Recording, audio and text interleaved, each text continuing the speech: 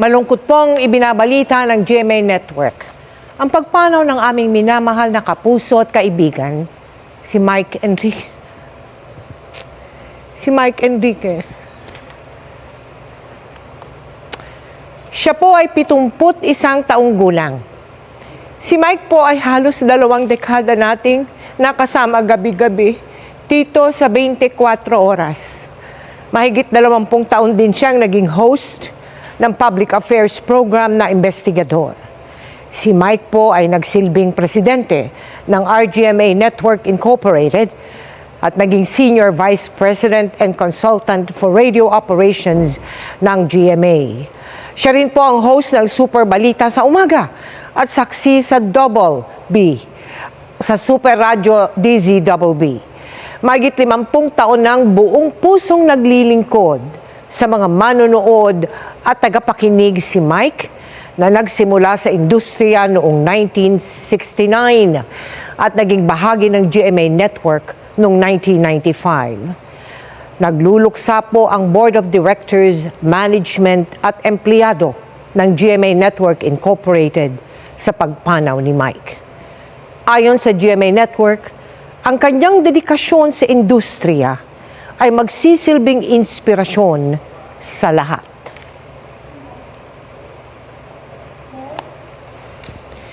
Sa mahigit 50 dekada niya sa industriya ng broadcasting, hindi maikakaila ang tatak at kontribusyon ni Mike Enriquez sa trabahong kanyang minahal ng buong puso. Siya po ang kasama natin sa pagtutok sa malalaking balita at sa pagiging saksi sa kasaysayan.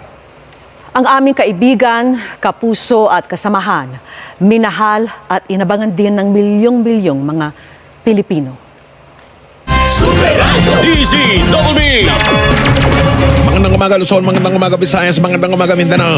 Mula pagsikat ng araw, 6 na minuto makalipas sa kapitaw ng umaga, namataan ang namumuong sama ng panahon. Live mula sa GMA Network Center, ito ang 24 oras.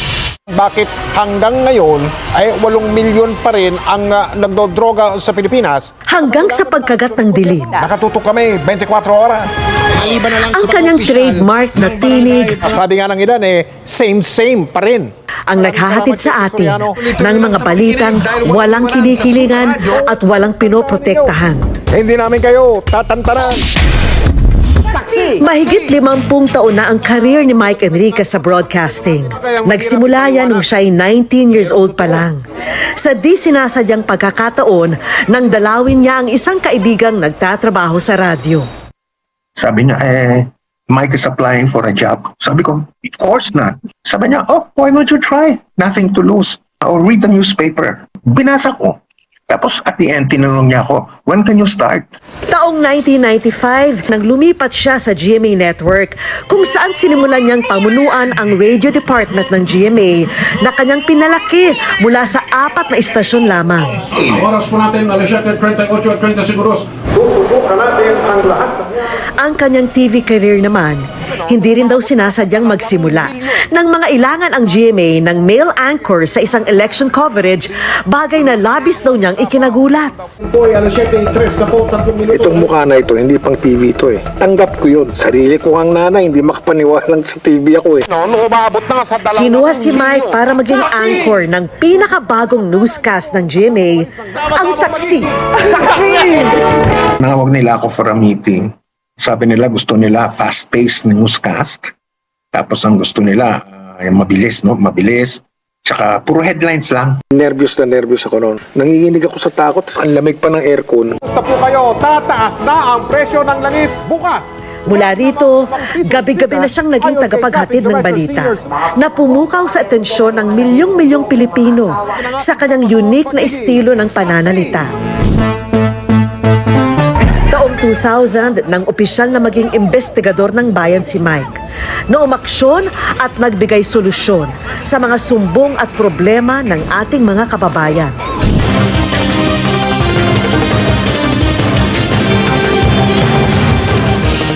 At pagsapit ng 2004, lalo pa siyang naging bahagi ng bawat gabi ng mga Pilipino. Narito ang pinakarespetado, pinakapinagkakatiwalaan, nang maging isa sa mga anchor ng 24 oras. Ito ang 24 oras. Dahil hindi natutulog ang balita.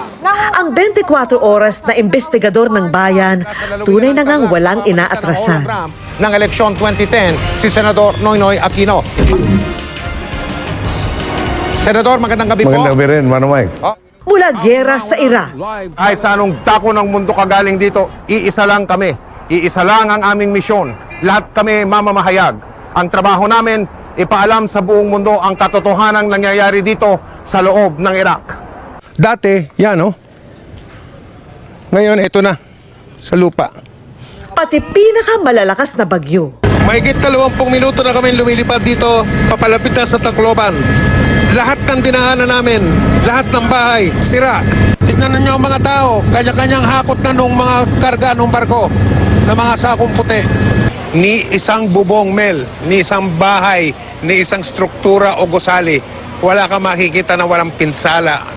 Mga nakapanlulumong trahedya. Hindi pa rin po nakakabangon mula sa nangyaring bakbakan ang dating sentro ng komersyo dito po sa Marawi. Ganito ang sistema dito, Mel. Mga makasaysayang pangyayari. Bakit kayo nandito sa Vatican? Bakit nyo gustong makita si John Paul II? Ang sabi nila, Mel, kasi isa siyang mabuting tao. Sa mga sandaling ito, meron daw nagaganap na negosasyon para sa pagre-resign ni Presidente Estrada. Hanggang sa taon ng traslasyon ng itim na Nazareno. Patindi ng patindi ang damdamin ng mga deboto. Isa lang ang sigaw nila. Viva! Naroon siya upang ihatid ang pinakamaiinit at pinakabagong ulat. Naramdaman ko po kanina ang silhi ng pananampalataya ng mga deboto. Our next MSAP icon is the legendary main man of the newsroom, Mike Enriquez. Ang kanyang husay, kinilala hindi lamang dito sa Pilipinas. That we must be into something right and something good. Ako po si Mike Enriquez, buong puso para sa Pilipino. Ito ang GMA, walang kinikilingan, walang pinoprotektahan. Yo! Pero sa kanyang galing sa pagbabalita, kanya ring naipapakita ang kanyang pagiging tao lamang. Kung saan galing yung bagong strain o uri, excuse me po, hindi po yung coronavirus, ng coronavirus. Good manners and right conduct yun. Kala ng mga tao, arte yun eh. O gimmick. Hindi po. Kasi bata pa kami, sinanay na kami na pag inuubo ka o pag binahing ka, dapat mag-excuse me po ka. Sa eleksyon 2019, pusuan ang totoo. Nitong eleksyon 2019, pinag-usapan at naging viral din ang ilan sa mga sinabi ni Mike. Gusto ko silang singilin. Anong maasahan namin sa inyo ngayon? ka na? Yes! Maaga. Akala pa na singilan mo? Oo, para magkaalaman. Ngayon pa lang, magkaalaman na para sa habang umuusad ang kanilang termino, na-check natin yung ginagawa nila versus yung ipinangako nila.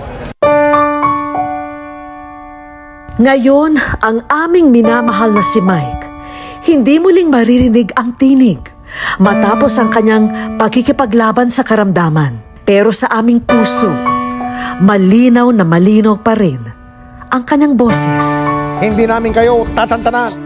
Ako po ang inyong kapuso, Mike Enriquez. Totoo may paninindigan. Gabay namin sa paghahatid ng serbisyo at katotohanan at ng matapang na pagbabalita. Paalam, Mike, hanggang sa ating muling pagkikita.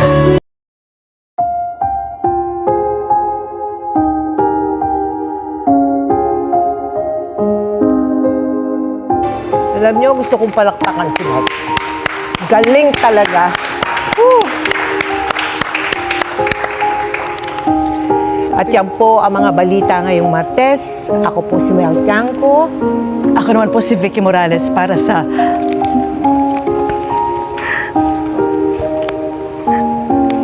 mas malaking misyon.